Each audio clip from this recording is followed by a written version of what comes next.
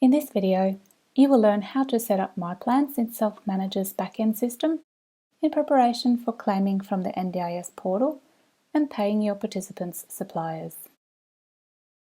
With My Plans set up in Self-Manager, you will be able to generate the files that you use to upload to the NDIS Portal to make claims on behalf of your participants.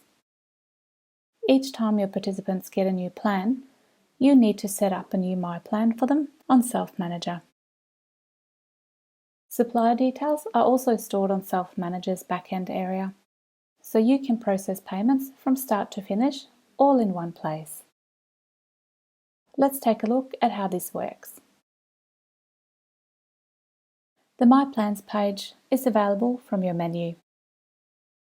Just select My Plans here to access the page. I have System Administrator access on Self-Manager, so I can see all of Manageit's participants on the list here. You will only see your own participants when you log into your account as a plan manager. You can use the filters on the top of the page here to find your participants' plans. And if you need to access an inactive plan, you just select this tick box up here. To set up a new plan, select Create a Plan up here. On this page, click on this drop-down menu and start to type the participant's name to find them on the list. You need to have the participant's NDIS plan open while you do this so that you can copy the information across. Then we work our way from the top of the page here and expand each section to enter the required information. The supports that the participants are funded for in their NDIS plans are based on their goals, which are listed on the top of each plan. You need to add the long-term goal first, because the short-term goals will link up with these. So let's select Add a long-term goal here and look at what is listed in the plan. I will copy this description from the plan. Then add an appropriate name for the goal. In this case, independence is a good fit. Some plans have multiple long-term goals, but in this case, there's only one. If there were more long-term goals in the plan, you would just select this button again and repeat the process. Note that the long-term goals carry across plans and are visible until you select this Complete button. For instance, if you get a new plan for this participant and this long-term goal is not listed in that plan, you would select Complete here and add any new long-term goals to this section. The completed goals will be available in the Completed Long-Term Goals section here. Now that I've added the long-term goal, I will collapse this heading to give me some more space to work with. Then we will add the plan-specific information in this section here. To do this, select Current Plan, then Create a New Plan. And you can see that a few more sections are available here for us to complete. I will work my way from the top here and expand this first section, My Plan Details. This is where the reference number for the plan goes. This is different to the participant number and is a unique reference for each individual plan. In a previous video, I showed you where to find this number when you create service bookings on the portal. If you have access to the plan information on the portal, you will find the number on the top of this page here. If you don't have access to the plan on the portal, which is the case for some participants, you can find the plan number by starting to make a new service booking. Just add in the participant and plan details, then select Search. And it comes up down here. In the plan name, you just enter the participant's name. Then we add the plan start and end dates. Make sure you select the date in the calendar here in order for it to save properly. This status indicates how complex the plan is. Sometimes it's difficult to determine this with new participants, and you can go back and update this later if you need to. We are only managing a small portion of this plan, so we anticipate that this will be an easy one. In these fields, we add the hyperlinks to the service bookings on the NDIS portal. I still have these open in my tabs, so I can copy-paste these across. Then I select Save. These buttons are shortcuts that take you straight to the bookings, and they can save you a lot of time while you're working through your claims here on Self Manager.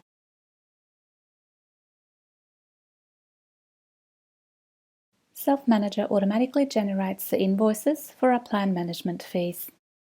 For this to work, you need to add in the rates in this new section in My Plans. In the My Plan Details section, click on Edit Plan. When you first set up a plan, you will have access to the Plan Setup Fee field, and you enter the setup fee amount in this field. Then in this next field, add the monthly financial administration fee. Make sure you only enter numbers and decimals in these fields. No spaces, letters, or special characters. This invoicing start date is only applicable if a participant has transitioned from another plan manager. The invoicing start date should be the same as the date we take over the service. Otherwise, leave this blank. Self Manager will use the plan start date to start generating invoices. After you have added the fee information in the My Plans Details section, you will see invoices start to generate in this Plan Billing section below. You can see here that an invoice for the monthly fee has been generated for this participant at this date, and this line is green to indicate this. The upcoming invoices are listed below. If you need to create an invoice manually, for instance an additional setup fee or fees for capacity building training, simply select this Create Invoice button and complete the details in this form. All invoices created in the My Plan Details area will be transmitted to Xero, then sent back to Self Manager and appear in your claims facility and on the participant's statement. We will cover these areas in upcoming training sessions. Now we have completed this section, we can collapse this and open the next section, My Plan Goals. These are the short-term goals I mentioned earlier, and we'll link these to the long-term goals. I will select the Add a Plan Goal button here. And you can see that the long-term goal we entered earlier comes up in this drop-down list. If there are more than one long-term goal to choose from, you select the most appropriate one for that specific short-term goal. Then we go back to the plan again and copy the description from the first short-term goal here. I will name this one Health, as it relates to the participant's health. Now let's add the next short-term goal and copy-paste it from the plan here. I will name this one Daily Life. You can see that these have been saved with a plan. The short-term goals are specific to each plan and do not carry across a participant's plan like the long-term goals do. You can select Complete if this is completed. Now let's collapse the goals section and go to the next section.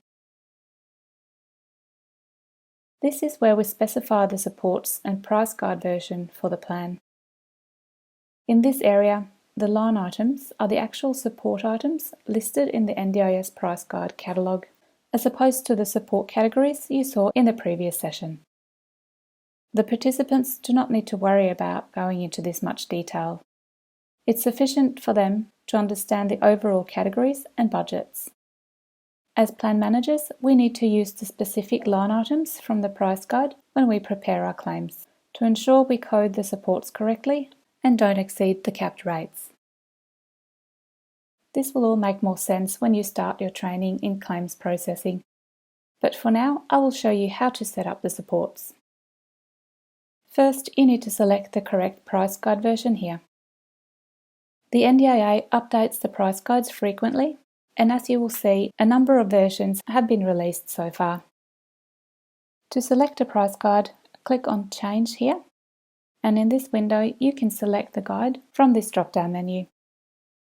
As you can see, the guides are listed from the oldest to the newest.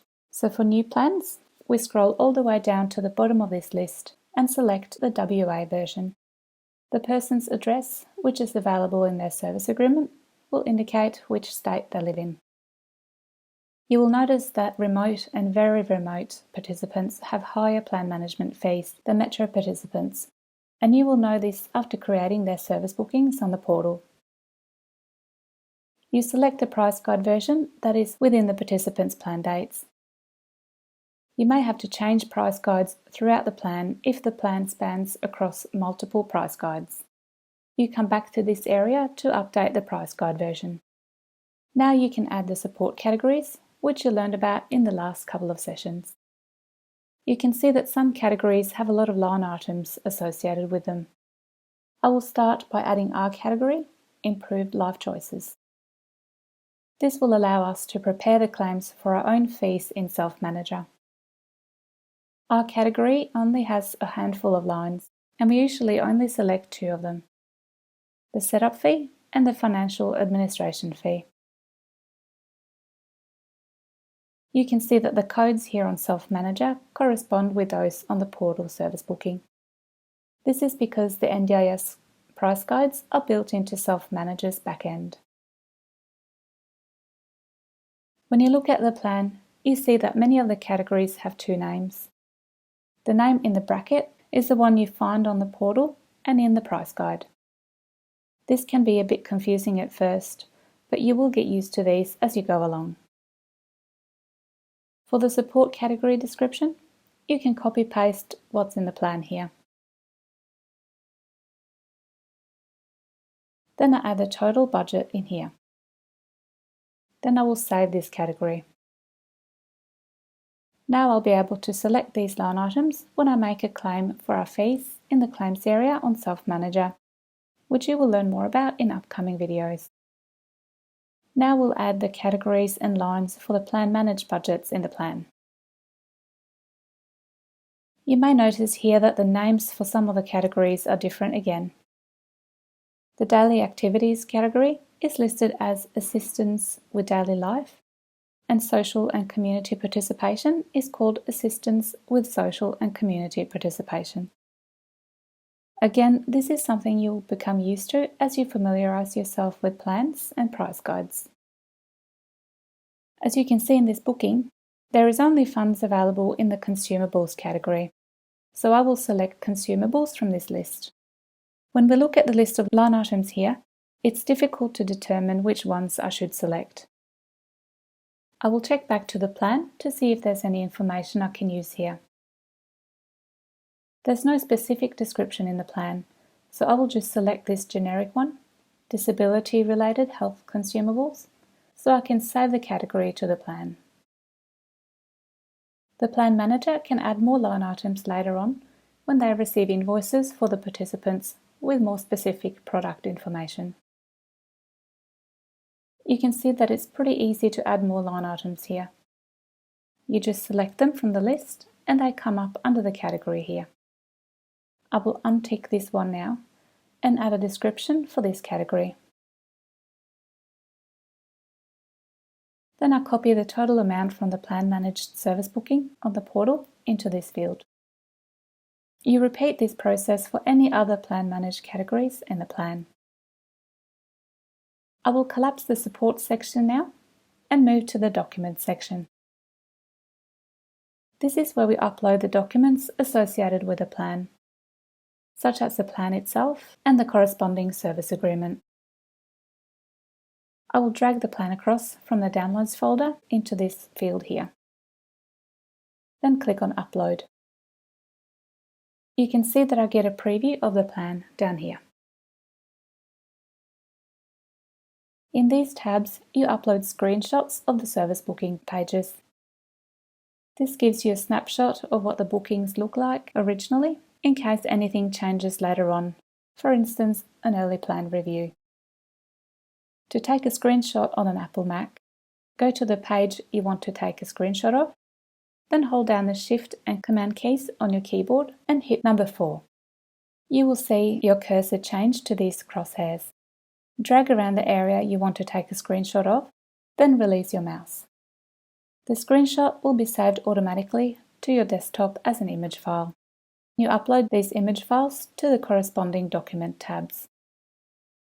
I will do this with both bookings now, as I already have the pages open. Then in this tab, you can upload the service agreement after you have signed it on your end. I will drag this across from the Downloads folder too. Having all these documents available here on Self Manager will save you a lot of time, as you will not need to go and look for them on SharePoint. As you will be working in Self Manager for the majority of your tasks, it helps to have access to all the information you need within the same system. Now let's go to the next section and look at the suppliers. These are the service providers that we make payments to, and sometimes the participants themselves if we reimburse them for purchases they make. With new participants, we often don't know what suppliers they are using, so we will add them in as we receive invoices. Self Manager automatically generates ABA files and BPay files based on the payments plan managers enter into the system, and these are uploaded directly to our bank for processing. It's very important that all supplier information we add is correct. If you click on Select, you can view all of the existing suppliers that are saved on Self Manager. Many suppliers provide services to multiple participants, so you will often find that the supplier you are looking for is already on the list. If you can't find the supplier on this list, you can add them by clicking on this button. However, it's best to add a new supplier in a different section. Select Suppliers from the Self Manager drop-down menu. This way, you make sure that no duplications happen. You can search for suppliers in this field here. The search facility can be a bit temperamental, so if you add something in all caps and no results come back, try the same search word in lowercase instead, or enter a different part of the supplier name. To add the supplier to the participant's plan, select the tick box here. I will deselect this as I don't know which suppliers this new participant is going to use. I will actually add Manage It as a supplier, as I know that we will need to get paid for our plan management services. After you have added some suppliers for a participant, you will be able to see the participant's suppliers by selecting the View List button.